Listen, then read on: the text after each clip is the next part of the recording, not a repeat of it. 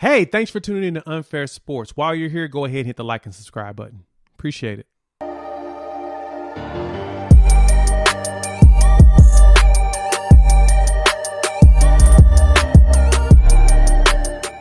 All right, Jay. So we know there are two sides to every Super Bowl. There's an NFC championship that we just discussed, and there's an AFC championship. And this AFC championship was, to me, every bit as interesting as the NFC championship between the Bengals and the Chiefs. The Bengals Who they? went up 21-3 at halftime.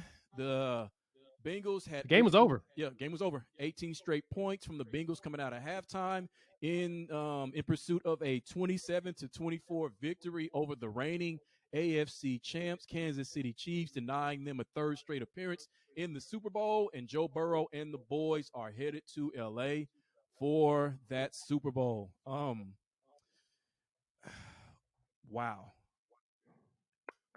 I don't even know what to say about this game. But for one, did you entertain the possibility that the Bengals could actually go into Arrowhead, perhaps the loudest stadium in football, and find a way to win this game? Not even just no, but hell no. I didn't see this coming at all. And I'm happy to see we've got the new blood.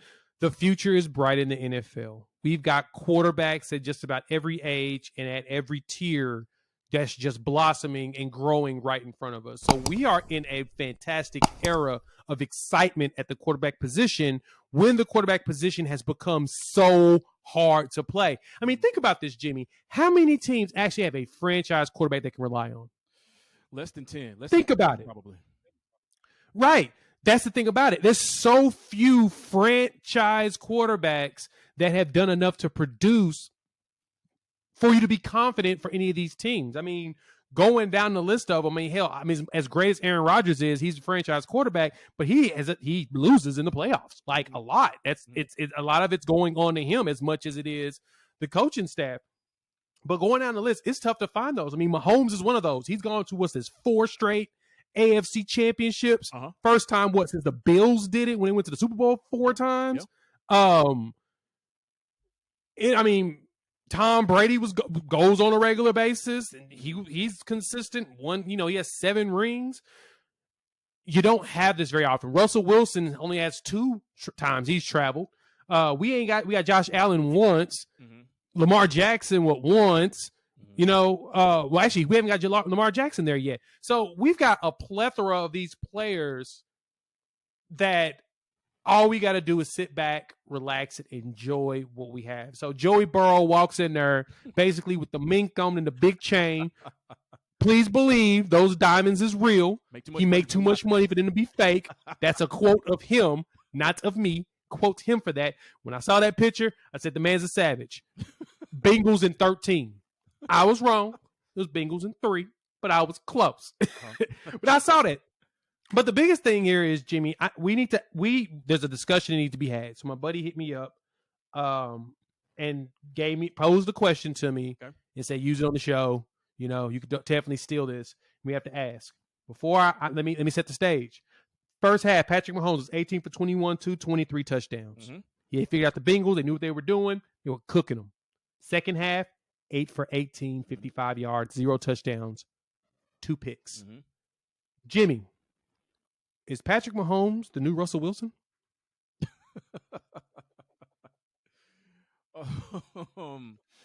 Once he got his money, what did we start seeing? We started seeing flaws in the design of his game. Yep. And then you also start seeing the inability to backfill certain players, injuries and stuff like that. You start to lose out on additional talent because all your money's tied into your quarterback. Hence why the Patriots they used to convince Tom Brady not to take the full salary he could take, because they knew that the only way to field a roster that was going to be good enough to keep them competitors every year is that he had to be cheap. Kansas City won their ring with him as a cheap quarterback. Cincinnati might win a Super Bowl with their quarterback being on the cheap contract. Mm-hmm. Is he now Russell Wilson, where he's got his money? They're not going to be able to keep everybody, and they're going to keep everything around him, or keep the right complementary players around him, and he may fall into oblivion. Well, This reminds me of a solo show I did. We've been doing this since August of 2017, so this might have been around 2018. I think this actually might have been around the time that it was either when Russell Wilson got his last contract or Aaron Rodgers. And I said some of those exact same things, how difficult it is for an organization to keep a roster around a great quarterback that can constantly keep you in these conference championship games and beyond. So I came to this conclusion then, and I'm still coming to this conclusion right now because it matches what you're saying. And that is any of these quarterbacks, no matter how great they are, from Justin Herbert to Joe Burrow, if you take a contract, if you are the next guy to take the biggest contract a quarterback has ever gotten, you simultaneously give up on trying to win as many or more Super Bowls than Tom Brady. Since, like you said, he routinely took less money in order to help, at least in order to keep a good offensive line in front of him, which is part of the reason why he's been able to play the game since he's to 74 years old. For that very reason, he constantly took less money. So these young quarterbacks, I know that that's the thing, that you're getting this contract because you deserve it. If the market gives it to you, that means you deserve it. But you are exactly right that this is going to be part of what Patrick Mahomes is going to have to continuously overcome, because he's going to start losing more of these players because the team won't be able to afford him because of his contract. I don't think that that's the case right now. So I guess I can't say he's the next Russell Wilson because he still has his main guys on offense and on defense. Kelsey was still out there. Tyreek Hill was still out there. You have a young Clyde Edwards-Helaire, even though they ran Jerick McKinnon more. They rebuilt the offensive line, which was good. It's going to be better, especially with Creed Humphreys at the anchor. You still have Chris Jones. You still have the Honey Badger. So it really hasn't hit him yet as far as what he's going to be dealing with, and that is going to become even more difficult for him to get back to these championship games in his conference for that reason. So no, not yet, but in a year or two, that might be true then, that he's the next Russell Wilson. Yeah, I think I kind of find this as a true statement. Russell Wilson cooks. When he gets cooking, it seems like the Seahawks start to slowly deteriorate and go down. Decisions get made that shouldn't be made, and they start losing. Hence why this season kind of went downhill for them. It seems like that's what happened with the Chiefs this whole season, is that they start the season off and Mahomes was just out there willy-nilly doing his thing. And we pointed out that it seems like the league had started to figure out Mahomes. Not that they have an answer to completely stop him, but they got him just being out of character than what he was the first few seasons when he was really coming into his own. He was out there initially playing like something we ain't never seen before. He was poised. He was calm. He was making methodical throws. He was doing some fancy stuff, but he knew that he had that margin of error that he could beat. But then this season, he started to do a lot more that wasn't the Mahomes that we were used to. He started to be more risky. He started taking more chances. He saw his margin of error. Even though he thought it was about this, he failed to realize that teams were watching for a lot of that stuff. And they started to jump on it, be prepared for it, cause problems. The secret to beating the Chiefs, rush them with 3 or 4. Force Patrick Mahomes out the pocket without blitzing. Because then because he has it, he loves to run backwards. And every time he ran backwards, the Bengals got him.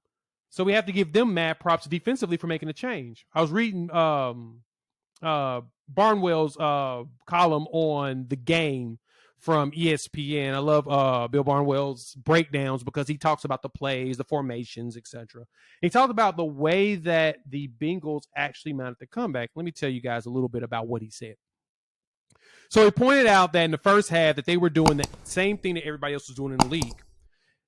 He pointed that they were doing too high coverage, which means 2 safeties deep, trying to stop all the deep routes in hopes of making the Chiefs beat them underneath. Right. And so they did. They basically beat them underneath. Every pass underneath, they was getting them with digs, they was getting them with crossers. They were eating them alive with that. So Mahomes and Tyreek Hill and all of them was just, it was, burnt toast. Eli Apple, became a celebrity as burnt toast. Then the second half came around. This is when they made a change. They switched from what everybody else in the league was doing for the beginning of the season to stop the Chiefs. They went to a 1 high, more of a robber setup. If you ever play Madden, you know the play robber. You have that 1 safety in the middle of the field, and you have a safety that's comes down towards to handle the mid-range by himself, and he kind of lurks. Mm-hmm. And that's the defense that they ran. And it caused problems because the middle wasn't open, and they started rushing 3, and their 3 was able to get pressure on that offensive line. That, to me, is what was wild.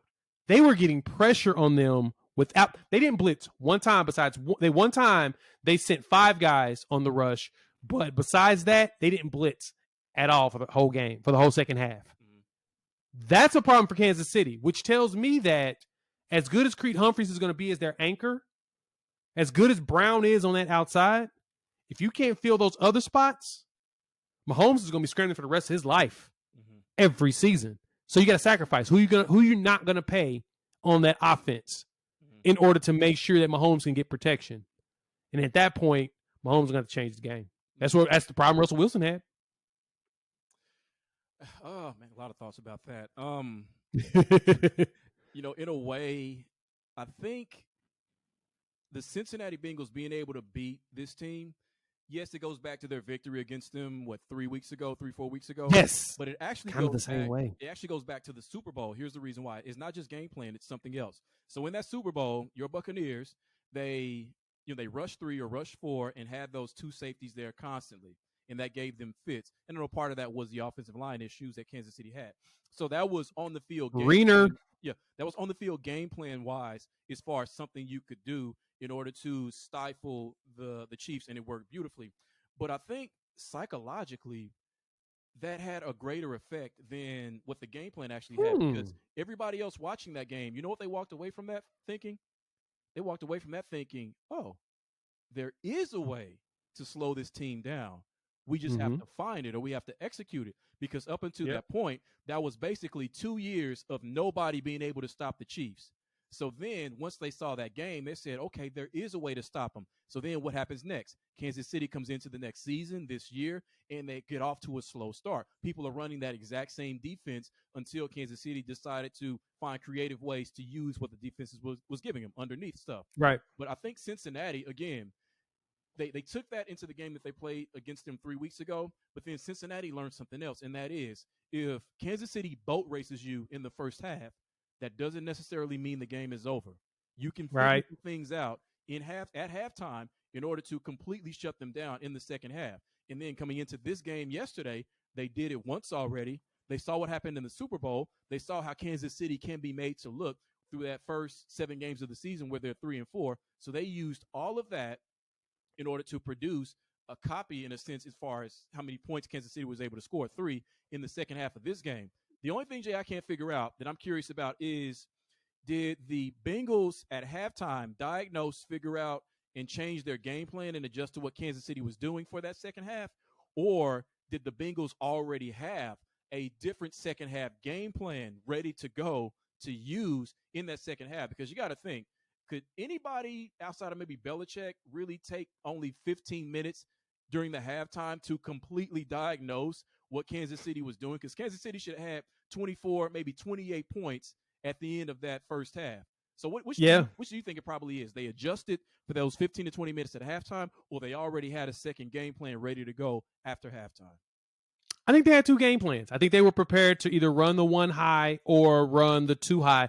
And the reason why I believe that is because, like you said, how quickly they was able to implement it and be prepared for it. Yeah. But they also played them a few weeks back, and they understood that Kansas City will go underneath if you constantly throw too high. And KC's smart, similar to what Tampa Bay did in the playoffs, especially against Kansas City, which helped them win the Super Bowl. They didn't show all their cards in that first game. They put out some stuff, and they played as if, we win, we lose, whatevs. We'll still make the playoffs. We'll be prepared, and we'll guide through. Our goal is to potentially get that number 1 seed, but it's not that big of a deal. Cincinnati played with more urgency. They played with we ain't never been here. We don't care. We're not even thinking about it. We was playing a football game. We beat them once, we could beat them again. Right. And it seems like they took that first game plan that they played before with and had it prepared. It's like, hey, they've played us already. They have film. They know what we're going to do. Let's be prepared. If there's anybody I'm most impressed with, it's not even that Kansas City. It's not even that Cincinnati defense. everybody is raving about them. I totally agree. They're fantastic. You want to know who pressed me? The dude? The Cincinnati offensive line. Dude, Joe Burrow got sacked 9 times against Tennessee. Mhm. 9 times. Yeah. He got sacked once in this game. How did the Chiefs not get in there and get him? That's the game plan. Hit that dude in his mouth. If you take Joe Burrow out every play, that's the thing about young quarterbacks. That's the one thing I try to tell people about them. They will hold the ball too long. You're guaranteed that he's going to hold the ball too long. Mhm. Joey did not hold the ball too long. And because Joey did not hold the ball too long, guess what happened? These boys went out there, boom, goes the dynamite, and was eating that Chiefs defense. And on the run game, Joe Mixon and Samaje Perine, even though Samaje didn't run it, he caught a pass, that was a touchdown. Yeah. They were out there wrecking havoc. But that's the thing. They didn't force Joe to hold the ball long. And that, to me, was really a big difference maker. I agree. I hadn't even thought about that. I mean, I just knew intuitively that he had been sacked. I mean, obviously you can tell if somebody gets sacked less than 9 times in a game, but I hadn't thought about that as far as giving props to the offensive line. And so that's a really good point. I haven't heard anybody say that yet. That's good. Think about this too with that. Joe Burrow has been sacked 51 times this season. Mm-hmm. Number 1 in the league. I think the second person behind him was 36. Mm-hmm. So basically, he's the only one getting abused. Now, I have to go confirm that number. I know he got sacked 51 times. I couldn't remember who was second. But, yeah. You know what? Cincinnati was willing to live with that, though, and here's the reason why. I remember before this past draft, and we normally do our mock draft of the first 10 picks, I had them taking an offensive lineman. I think I had them taking Penei Sewell, who I think was the best offensive lineman in the game. Instead, obviously, they get his old teammate Jamar Chase. So you're thinking, the conventional wisdom is you got your quarterback now, protect him. But I guess to them, outside of that relationship that he already had with Jamar Chase, and obviously Jamar Chase's phenomenal talent, it kind of changes that perspective in the sense of can a receiver protect a quarterback more? I mean, it sounds crazy to say that, and I don't mean it literally, I guess, but can a wide receiver protect a quarterback more than people think? Like, you know what I'm saying? Yeah, I know exactly what you mean, because what you're basically saying is that when the quarterback hikes the ball, he's got 2 seconds. He can throw it to that wide receiver because they're going to be open every time. Right. They're going to be able to catch that pass. Those quick slants, Tyreek Hill, to me, has always helped Patrick Mahomes. They've helped each other. Mm-hmm. It's helped Tyreek Hill become a better route runner and catcher in stride, as well as being smarter about having a higher IQ, being able to recover and come back when he sees the quarterback's in trouble, knowing his quarterbacks can get it to him. Mm-hmm. It also made Patrick Mahomes smarter because he's able to quickly dissect the way the defense is. If he knows they're coming at him that fast, he knows his receiver is going to be there. Joey, I could totally see the same thing with him and Jamar Chase. So I get exactly what you're saying. Mm-hmm. I was off too. 36 isn't second. That's with the rookie quarterback, Justin Fields. He has 36 sacks this season, so he's getting his butt kicked. But right behind him is Ryan Tannehill at 47 and then Zach Wilson at 44. But Joey Burrow led the league with 51 sacks. Yeah. He was getting tossed around all season long. In Cincinnati, they have to address that because he's coming off of that just catastrophic knee injury. He came back from that and has just been played at an MVP level, is now in the Super Bowl.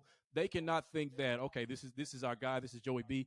You cannot continue to put him behind in offensive line. I mean, granted, they only gave up 1 sack in this game, but I don't think you'll never have too many good offensive linemen and too many good defensive linemen that you can continue to rotate throughout the game or throughout the season. So they've got to get him more help. I mean, your skill position players on the Cincinnati Bengals team, you get an A, you're perfectly fine. Now make sure you get more linemen in place in order to protect the future of your friend. 15 years, he could still be your quarterback and could deliver 1 to 2 to 3 championships. He's that talented, and he is that great in the biggest games of his life. So please, Cincinnati, Paul Brown, I know you're frugal.